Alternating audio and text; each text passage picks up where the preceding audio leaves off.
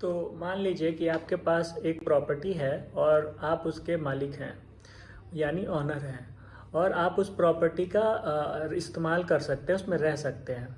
लेकिन आप उस प्रॉपर्टी को रेनोवेट नहीं करा सकते, आप उस प्रॉपर्टी को बेच नहीं सकते हैं, आप प्रॉपर्टी को किसी को रेंट पे नहीं दे सकते हैं। तो क्या आप उस प्रॉपर्टी का पूरी तरीके से इंजॉय कर पा रहे हैं, उस प्रॉपर्टी को पूरा तरीके से इस्तेमाल कर पा रहे हैं? तो जवाब है नहीं। तो इसी तरीके से हमारे पास फंडामेंटल राइट्स हैं और हमारा कॉन्स्टिट्यूशन हमें कई तरह के राइट्स देता है। Right to dignity, right to education, right to life और वगैरह वगैरह। तो हमारे कॉन्स्टिट्यूशन में जो फंडामेंटल राइट्स हैं उसका अगर वायलेशन होता है तो हम क्या करें? तो अगर हमारे फंडामेंटल राइट्स के वायलेशन होते हैं तो हमारे पास 5 तरह के रेमेडीज़ हैं जो कि हमारे कॉन्स्टिट्यूशन में दी हुई हैं। तो आइए इन सब के बारे में आज बात करते हैं। मेरा नाम है अमितेश और आप अगर चैनल पर नए हैं तो चैनल को सब्सक्राइब करिए और हम आपके लिए अच्छे अच्छे कंटेंट्स लाते रहते हैं। So for the protection of fundamental rights, there are 4 articles in the Constitution. First, Article 13, Article 32, Article 359, Article 226. But आज हम मेनली आर्टिकल 226 और आर्टिकल 32 के बारे में बात करेंगे। तो चलिए वीडियो शुरू करते हैं। तो आर्टिकल 12 से लेके 35 तक हमारे फंडामेंटल राइट्स दिए हुए हैं। तो इसका मतलब ये है कि आर्टिकल 32 भी खुद एक फंडामेंटल राइट है।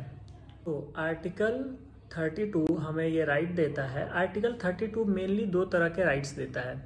पहला कि अगर किसी व्यक्ति की फंडामेंटल राइट्स वायलेट हो रहे हैं तो वो डायरेक्टली सुप्रीम कोर्ट को अप्रोच कर सकता है।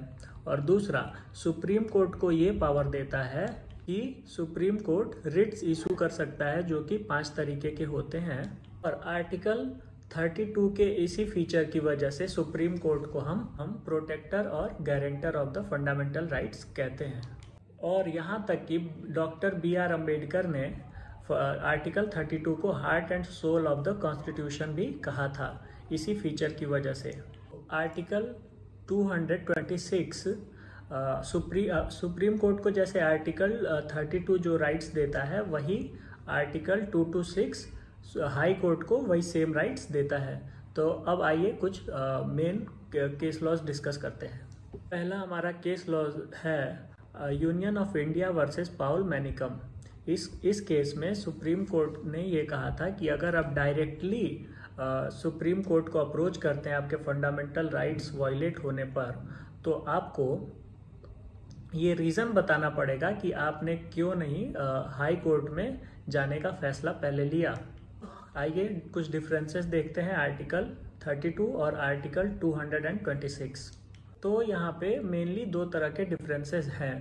पहला, आर्टिकल 32 सिर्फ फंडामेंटल राइट्स के लिए है, लेकिन आर्टिकल 226 फंडामेंटल राइट्स के साथ साथ फॉर एनी अदर पर्पजेज है। जैसे कि अगर एडमिनिस्ट्रेटिव अथॉरिटीज़ के खिलाफ आपको कोई रिट्स इशू करवाने हो तो आप आर्टिकल 226 के अंडर में हाई कोर्ट को अप्रोच कर सकते हैं। दूसरा डिफरेंस ये है कि आर्टिकल 32 खुद एक फंडामेंटल राइट्स है क्योंकि वो पार्ट 3 में फॉल करता है और आर्टिकल 226 एक फंडामेंटल राइट नहीं है। अब आइए 5 तरह के रिट्स के बारे में चर्चा करते हैं। पांचों रिट्स एक लैटिन टर्म्स हैं। तो पहला है हैबियस कॉर्पस। तो हैबियस कॉर्पस का मतलब होता है टू हैव अ बॉडी। जब किसी व्यक्ति को कोई भी गवर्नमेंट अथॉरिटीज़ इलीगली डिटेन करती हैं तो इस पे सुप्रीम कोर्ट किसी भी उस अथॉरिटी से ये पूछ सकती हैं कि आपने इस पर्सन को क्यों डिटेन किया है। अगर रीज़न इलीगल पाया जाता है, अनरीजनेबली किसी को डिटेन किया गया है, तो उसको इमीडिएटली रिलीज़ किया जाएगा। इन 4 कंडीशंस में हैबियस कॉर्पस यूज़ नहीं किया जा सकता है। Detention is lawful. अगर कोई व्यक्ति को कानूनी तरीके से डिटेन किया गया है, जैसे कि उसको कोई सज़ा मिली है, तो हैबियस कॉर्पस रिट्स यूज़ नहीं कर सकते हम। दूसरा, कंटेम्प्ट ऑफ कोर्ट। तीसरा, detention is outside of the country, detention by the competent court. पहला केस है हमारे पास Rudal Shah versus state of Bihar. इस केस में एक व्यक्ति को सज़ा मिली थी और उसकी सज़ा पूरी हो गई थी, लेकिन उसको इलीगल तरीके से 14 साल की एक्स्ट्रा डिटेंशन में रखा गया। इस केस में writ of habeas corpus use करके उस आदमी को तुरंत रिलीज़ कर और उसको एग्जाम्पलरी डैमेजेस भी अवॉर्ड किए गए थे। जो रिट है वो है writ of mandamus. Writ of mandamus का मतलब होता है वी कमांड। ये रिट होता है टू परफॉर्म पब्लिक ड्यूटी। अगर कोई अथॉरिटी अपनी पब्लिक ड्यूटी को नहीं परफॉर्म करता है तो हम उसे ये रिट को इशू करवा करके बोल सकते हैं पब्लिक ड्यूटी को परफॉर्म करने के लिए, वो किसी भी तरह की पब्लिक अथॉरिटी हो। रिट ऑफ मैंडमस का एक फेमस केस लॉ है Gujarat financial corporation versus lotus hotels. इस केस में गुजरात फाइनेंशियल कॉरपोरेशन ने लोटस होटल से एक एग्रीमेंट करा था, जिसमें उन्होंने ये वादा किया था लोटस होटल्स को कि वो फंड रिलीज़ करेंगे उसके कंस्ट्रक्शन के लिए।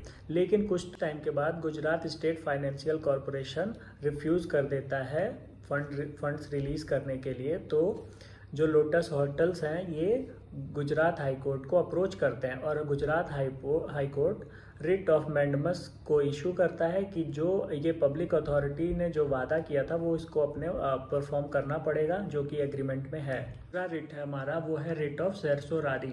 इस रिट में सुप्रीम कोर्ट या हाई कोर्ट लोअर कोर्ट्स को ये ऑर्डर इशू कर सकता है कि वो अपने रिकॉर्ड सबमिट करे फॉर द जुडिशियल रिव्यू किस लिए होता है? रिव्यू इसलिए होता है ताकि उनके डिसीजंस चेक किए जाते हैं कि कहीं वो इलीगल तो नहीं है। अब इलीगल कैसे हो सकते हैं? तो कुछ कंडीशंस हैं जिसमें उनके डिसीजंस इलीगल हो सकते हैं। अगर उनके डिसीजंस इलीगल हैं तो उनके डिसीजंस को कॉस्ट कर दिया जाता है, मतलब कि उनके डिसीजंस का कोई मतलब नहीं रह जाता है। तो आइए देखते हैं कि कौन कौन से कंडीशंस में उनके डिसीजंस को इलीगल किया जा सकता है। तो पहला है excess of jurisdiction, lack of jurisdiction is unconstitutional, violation of natural justice. यहाँ दो केस लॉज हैं जो कि रिलेट करते हैं रिट ऑफ सर्सोरारी से। पहला केस लॉ है गुल्लूपल्ली नागेश्वर राव वर्सेस APSRTC और दूसरा केस लॉ है AK Kraipak versus Union of India. इन दोनों केसेस में सुप्रीम कोर्ट ने रिव्यू किया था लोअर कोर्ट्स के डिसीजंस को और उनको इलीगल कर दिया था। तो ये दोनों केसेस हमारे PCSJ में हमेशा उनके एग्जामिनेशंस में पूछे जाते हैं, तो आप ये याद रखें। चौथा रिट जो है वो रिट ऑफ प्रोहिबिशन है। Writ of prohibition to forbid, इसको प्रोहिबिट लोअर कोर्ट्स के डिसीजंस को प्रोहिबिट करने के लिए ये रिट इशू करवाते हैं हम सुप्रीम कोर्ट या हाई कोर्ट से। तो ये रिट ऑफ प्रोहिबिशन और रिट ऑफ सर्सोरारी दोनों में बहुत माइनर डिफरेंस है। लोअर कोर्ट के डिसीजंस हेल्ड होने से पहले रिट ऑफ प्रोहिबिशन इशू किया जाता है और रिट ऑफ सर्सोरारी डिसीजंस हेल्ड होने के बाद इशू करा जाता है उन डिसीजंस को इलीगल करने के लिए। तो ये छोटा सा एक माइनर सा डिफरेंस है दोनों के बीच में। अब जो हमारा पांचवा रिट है वो है रिट ऑफ को वारंटो। इसमें सुप्रीम कोर्ट या हाई कोर्ट किसी भी पब्लिक अथॉरिटी से या पब्लिक ऑफिसर से पूछ सकती है कि ये जो उनके ऑफिस है किस अथॉरिटी से उन्होंने एज्यूम करे हैं। अगर उनका टाइटल डिफेक्टिव पाया जाता है तो उन्हें वैकेट करना पड़ेगा, मतलब कि छोड़ना पड़ेगा अपना ऑफिस। और ये रिट कोई भी इशू करवा सकता है, इवन अ स्ट्रेंजर भी। तो अगर कोर्ट को ये पूछना है कि वो ये ऑफिस किस अथॉरिटी से एज्यूम किया है तो वो कौन सा रिट यूज करेगा? को वारंटो। अगर किसी लोअर कोर्ट के डिसीजन हेल्ड होने से पहले उसके डिसीजन को प्रोहिबिट करना है तो हम यूज़ करते हैं रिट ऑफ प्रोहिबिशन। अगर किसी लोअर कोर्ट के डिसीजंस को जो इलीगल है उसे इलीगल डिक्लेयर करवाना हो तो कोर्ट यूज़ करती है रिट ऑफ सर्सोरारी। अगर किसी पब्लिक अथॉरिटी से उसकी पब्लिक ड्यूटी को इन्फोर्स करवाने के लिए हम यूज़ करते हैं रिट ऑफ मैंडमस। और किसी व्यक्ति को इलीगल डिटेंशन से रिलीज करवाने के लिए हम यूज़ करते हैं रिट ऑफ हेबियस कॉर्पस। तो आज का वीडियो यहीं पे कंप्लीट होता है। तो चैनल को लाइक करें, सब्सक्राइब करें और थैंक यू वेरी मच।